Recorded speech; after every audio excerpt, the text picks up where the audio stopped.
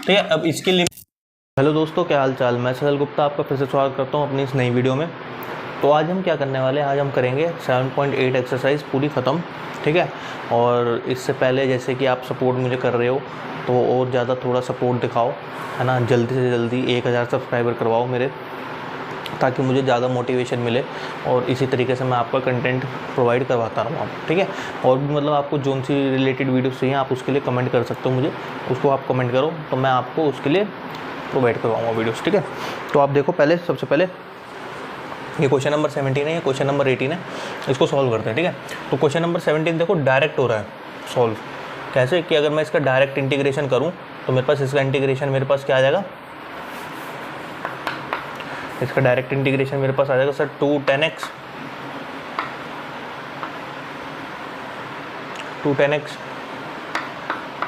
Plus 3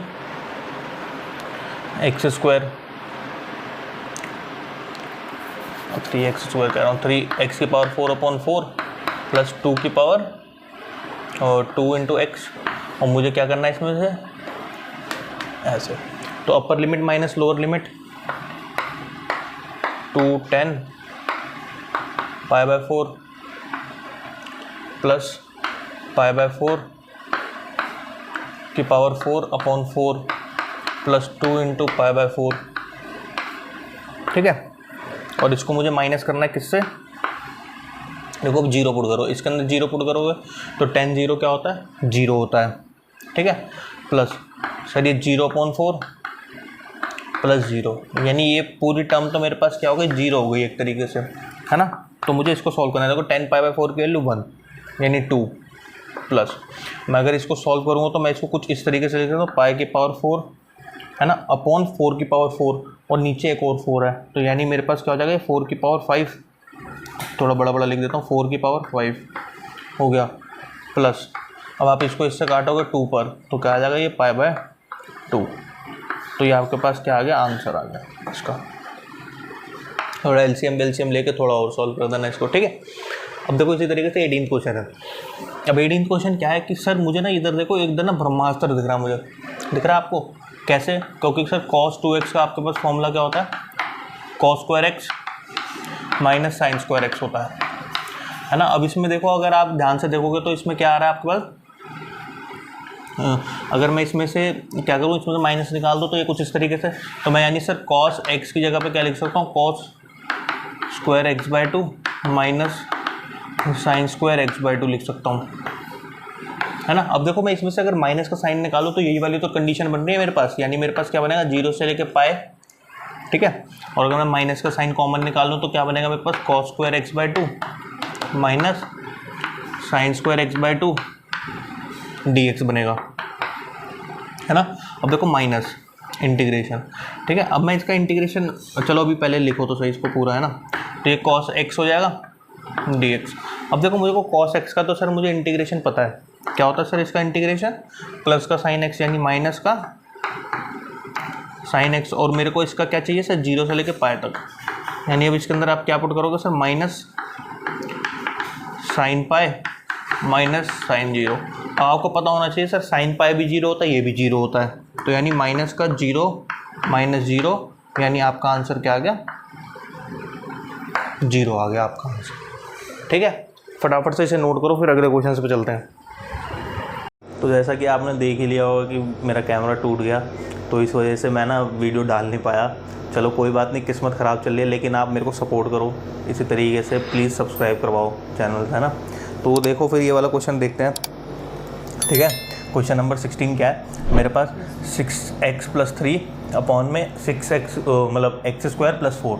ठीक है। अब इसको मैं क्या करता हूँ, इसको ना मैं अलग अलग ले जाता हूँ, शिफ्ट कर देता हूँ। तो मैं इसको कुछ इस तरीके से लिख दूँगा, 6x अपॉन में x² + 4 dx प्लस 0 से लेके 2 3 अपॉन में x² + 4 dx। ठीक है। इतनी बात आपको समझ में आ रही होगी। अब इसके बाद देखो सर, अब मैं क्या कर रहा हूँ कि ना ये मेरे लिए I1 हो गया और ये मेरे लिए I2 हो गया। अब मुझे इसको क्या करना है, इसको अलग अलग सॉल्व करना है। ठीक है। तो सर सबसे पहले मैं इसको अगर I1 को उठाऊँ तो सॉल्विंग I1 मैं यहाँ पे क्या लिखूँगा, सॉल्विंग I1। तो मैं I1 को जैसे ही सॉल्व कर रहा हूँ तो मेरे पास क्या आ रहा है, देखना ध्यान से। सर 6 x अपॉन में x स्क्वायर प्लस 4 इंटीग्रल 0 से लेके 2 तक dx। ठीक है, अगर दोस्तों मैं इसके अंदर x स्क्वायर को, ठीक है, क्या मान लूँ, चलो x स्क्वायर प्लस 4 को ही मान लेता हूँ मैं, t, पूरे को t ले लिया मैंने।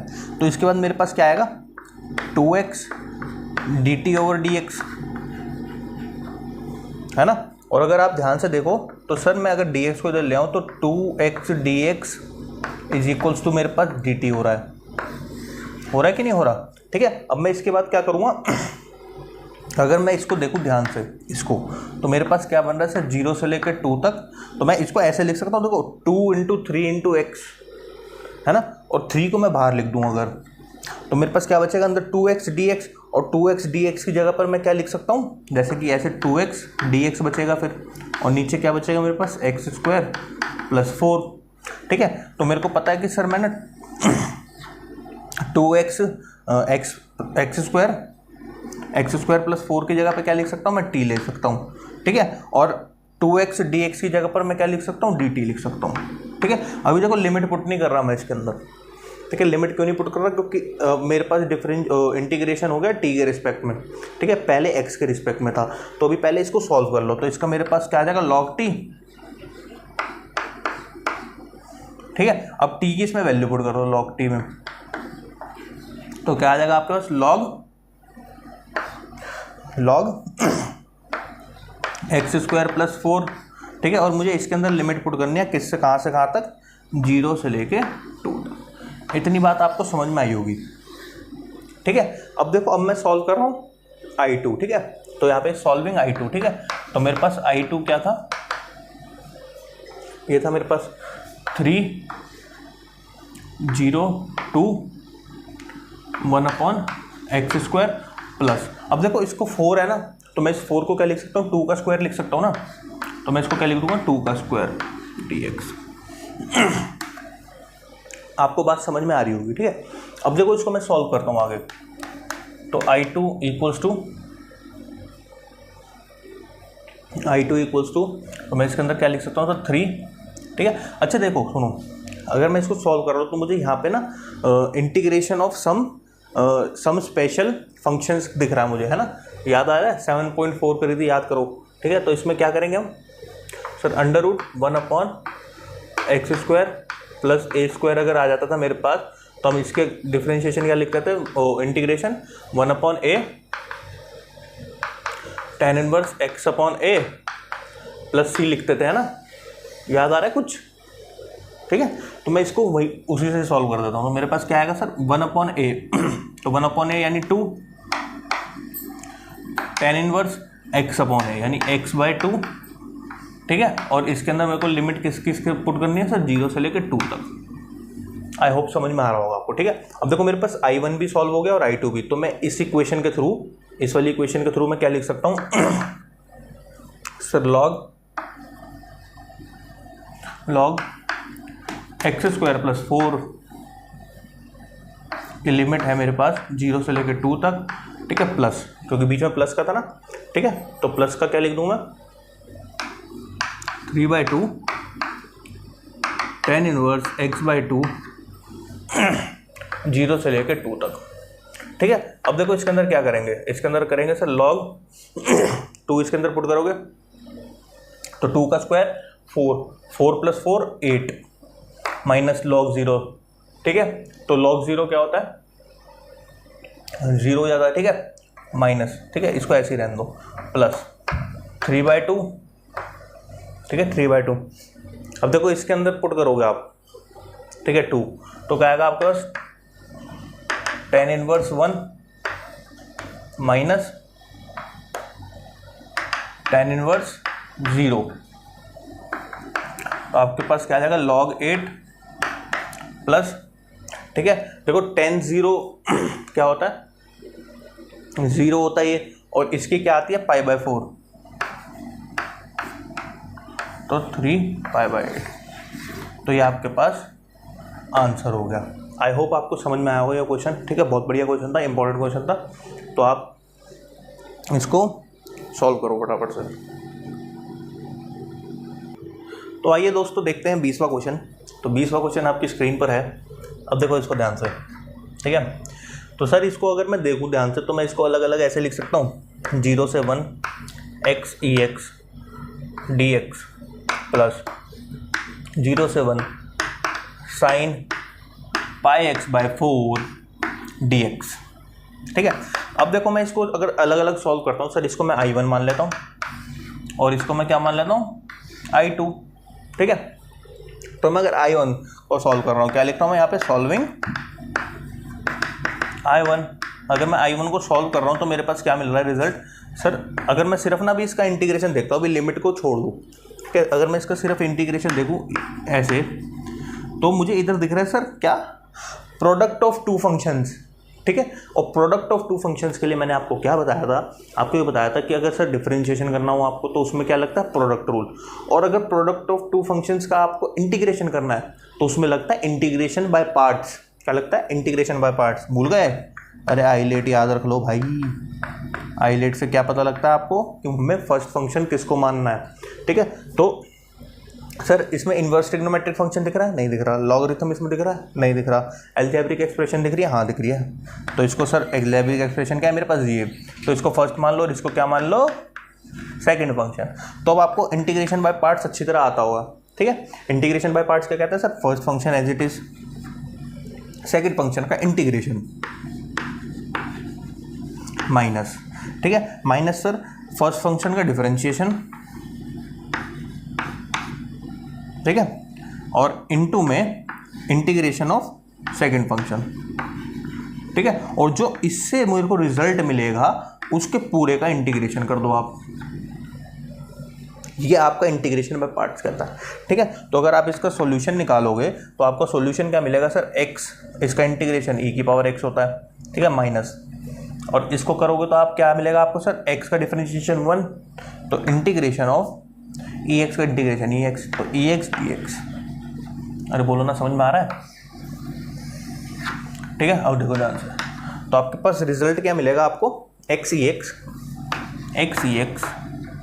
ठीक है, माइनस ऑफ ex। अगर मैं इसमें से ex अगर कॉमन निकाल लूँ तो कोई दिक्कत थोड़ी है, तो x माइनस 1, ये मेरे पास इसका आउटपुट आ गया, ठीक है। अगर मैं यहाँ पे 0 से 1 की लिमिट रखता, 0 से 1, तो यानी मुझे इसके अंदर भी 0 से 1 लिमिट रखनी पड़ेगी। तो यानी मैं इसको कुछ इस तरीके से लिख रहा हूँ, देखो ध्यान से, ठीक है।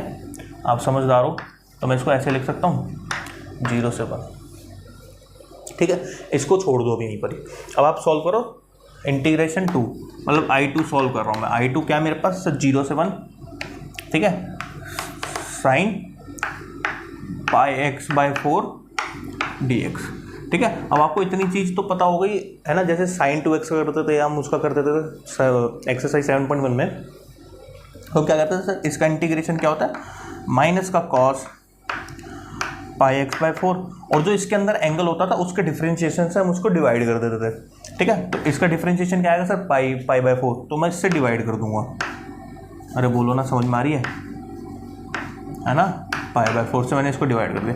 तो मैं इसको कुछ इस तरीके से लिख दूंगा और इसके अंदर लिमिट पुट करनी है मुझे। तो यानी अगर मैं दोस्तों देखो, अगर मैं इसको ऐसे लिखूं तो मैं अगर इसको ऊपर ले जाऊं तो मैं इसको कुछ इस तरीके से लिख सकता हूं ना, माइनस का कॉस पाई x बाय 4, और मेरे को कितनी लिमिट रखनी है, 0 से 1, ठीक है। अब देखो मैं इसको अगर i को सॉल्व कर रहा हूँ, अगर मैं i को सॉल्व करता हूँ तो मेरे पास क्या आएगा सर, x माइनस 1 की लिमिट आप रखो 0 से 1 तक, ठीक है। और देखो इधर, अगर मैं इधर देखूं तो सर मेरे को I1 और I2 प्लस करना था, तो I1 मेरे पास ये आया था और I2 मेरे पास क्या है, ये आया। तो प्लस करने पर ये कुछ इस तरीके से बन जाएगा,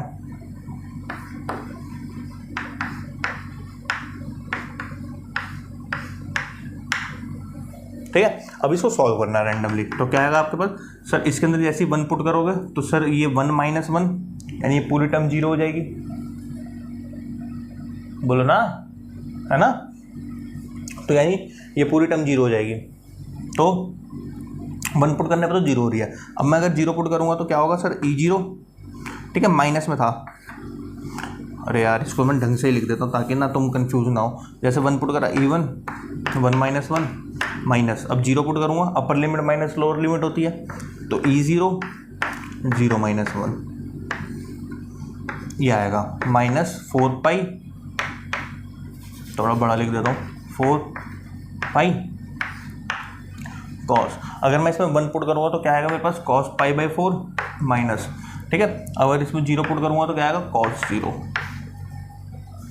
समझ में आ रहा होगा, ठीक है। तो अब देखो इसके अंदर क्या आएगा चेंजेस। तो सर सर ये तो पूरी टर्म 0 हो गई मेरे पास, ठीक है। इसका क्या आएगा, माइनस का 1 और ये क्या था, माइनस का 1, ठीक है। माइनस पाई बाय 4, ठीक है। कोस पाई बाय 4 की वैल्यू 1/√2, ठीक है। और इसकी वैल्यू कॉस 0 की वैल्यू क्या होती है, 1, तो माइनस 1, ठीक है। तो ये माइनस से माइनस का साइन कट जाएगा, तो यानी अगर मैं इसको इधर लिखूँ तो सर आई की वैल्यू मेरे पास क्या आई, 1 माइनस पाई बाय 4 1/√2 माइनस 1, ये आपके पास सॉल्यूशन आ गया, ठीक है। आई होप आपको समझ में आया होगा, ठीक है। इसको फटाफट से नोट करो जल्दी से। तो अब देखो ये क्वेश्चन है, ठीक है, बहुत आसान क्वेश्चन है, एमसीक्यू में थोड़ा इंपॉर्टेंट लगा तो मैं ले आया इसको, ठीक है। तो सर इसके अंदर क्या है, अब इसके नीचे मुझे ये दिख रहा है, तो यानी मुझे इसका अगर इंटीग्रेशन पता हो, अगर आपको, अभी थोड़ी देर पहले इसके ऊपर बात करी हमने, ठीक है। तो इसका इंटीग्रेशन क्या होता है, 1/a tan inverse x upon a plus c, और मुझे वही दिख रहा है, तो यानी मैं इसके अंदर क्या लगा दूंगा, थोड़ा हाईलाइट कर देता हूँ इसको। तो मैं इसके अंदर क्या लगा दूंगा आपको, तो मेरे पास क्या आएगा सर, सीधा tan इनवर्स, क्योंकि 1/a यानी 1/1 tan इनवर्स x अपॉन 1, ठीक है। और मुझे इसकी लिमिट कहाँ से कहाँ तक पुट करनी है सर, 1 से लेके √3 तक। तो इसका मेरे पास क्या आ जाएगा, tan इनवर्स x 1 से लेके √3 तक, यानी मेरे पास रिजल्ट क्या निकलेगा sir, tan inverse √3 minus tan inverse 1, ठीक है। अब देखो सर मैं इसको कुछ अंदर इस तरीके से लिख सकता हूँ, tan इनवर्स 10 √3 को मैं क्या लिख सकता हूँ, पाई बाय 3, सर 60 डिग्री पे होता है ना √3, minus tan inverse 10 pi by 4। तो इसके बाद मैं रिजल्ट पूरा इनका ऐसे लिख सकता हूँ कि sir pi by 3 minus pi by 4, ठीक है। अब इसको क्या करोगे सर, एलसीएम लोगे आप, तो 4 पाई माइनस 3 पाई बाई 12, यानी आपका आंसर क्या आ जाएगा, पाई बाई 12। तो कौन सा ऑप्शन आपके पास मैच कर रहा है सर, ऑप्शन नंबर डी आपका करेक्ट आंसर होगा, ठीक है। तो इस वीडियो को यहीं तक ही रखते हैं। अब आपकी पूरी एक्सरसाइज हो गई है, ठीक है। एक बार आप इसको खुद से ट्राई करना एक्सरसाइज को, और जैसा कि आपको पता लगा कि मेरा कैमरा टूट गया था, ठीक है, तो मैं काफ़ी आपके लिए एनकरेज, मतलब किसी ने मतलब मुझे बहुत ज़्यादा मोटिवेट करा कि अब वीडियो मत बंद करो, ये है वो है, तो मैं आपके लिए वीडियो बंद नहीं कर रहा हूँ, है ना। मैंने स्पेशली आपके लिए दूसरे कैमरे का इंतजाम करा, तो प्लीज़ इसी तरीके से सपोर्ट बनाएं, ठीक है। अपने दोस्तों के साथ शेयर करें, थोड़ा सपोर्ट मेरे को दिखाएं, ताकि मैं और इसी तरह वीडियो आपके लिए लेकर आता रहूँ, ठीक है। Thanks for supporting and thanks for watching.